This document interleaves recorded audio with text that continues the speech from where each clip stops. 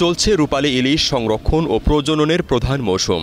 এই সময়ে সাগর থেকে মা ইলিশ নদীতে এসে মিঠা পানিতে ডিম ছাড়ে, এরপর ফের সাগরে ফিরে যায়। তাই সাগর ও নদীতে জাল ফেলায় 22 দিনের মাছ ধরায় নিষেধাজ্ঞা দিয়েছে বাংলাদেশ সরকার। কিন্তু অভিযোগ উঠেছে, নিষেধাজ্ঞার সুযোগে বাংলাদেশের জলসীমায় ঢুকে মাছ ধরছে ভারতীয় জেলেরা। 12 তলা কিছু জাল হেঁটে আবার কারেন্টের মতো চুমুক ধরে মাছ ধরে কাছে নিয়ে যায়। এই জন্য আমরা অবরোধ দিচ্ছেন, এখন আমরা সরকার অবরোধ মানলাম, হেরা মানতেছে না, হেরা মাছ ধরে নিতে আছে। আমরা তো না খাই মরে যাই, সেই জন্য নামিয়া। আমাদের বাংলাদেশে অবরোধ, অথচ ভারতে কিন্তু অবরোধ নাই, তারা আইসা মাছগুলো নিয়ে যায়। আবার এই 22 দিনের অবরোধটা যখন শেষে পথে যাবে, তখন যখন মাছ শিকার করতে যাবে, আমাদের এই লোকগুলাই কিন্তু মাছ পাবে না।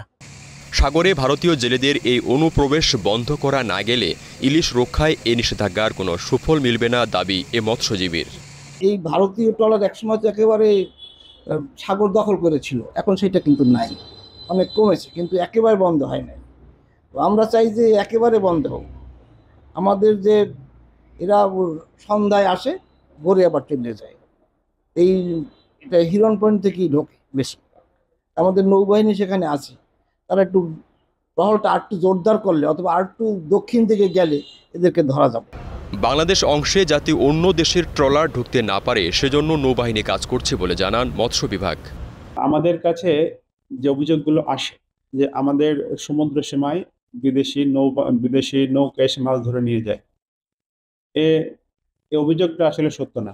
কারণ যিনি অভিযোগ করেন তিনি এটা দেখেন না, তিনি তার ইচ্ছা মতো একটা কথা বলে দেন। কারণ আমরা এবছর বাংলাদেশ নৌবাহিনীর 17টা জাহাজ আমাদের সমুদ্র সীমাতে আছে, যাতে আমাদের যে টেরিটরি এর ভিতর অন্য কোনো বিদেশি জাহাজ ঢুকতে পারবে না, কোনো নৌকা ঢুকতে পারবে না, মাছ ধরতে পারবে না।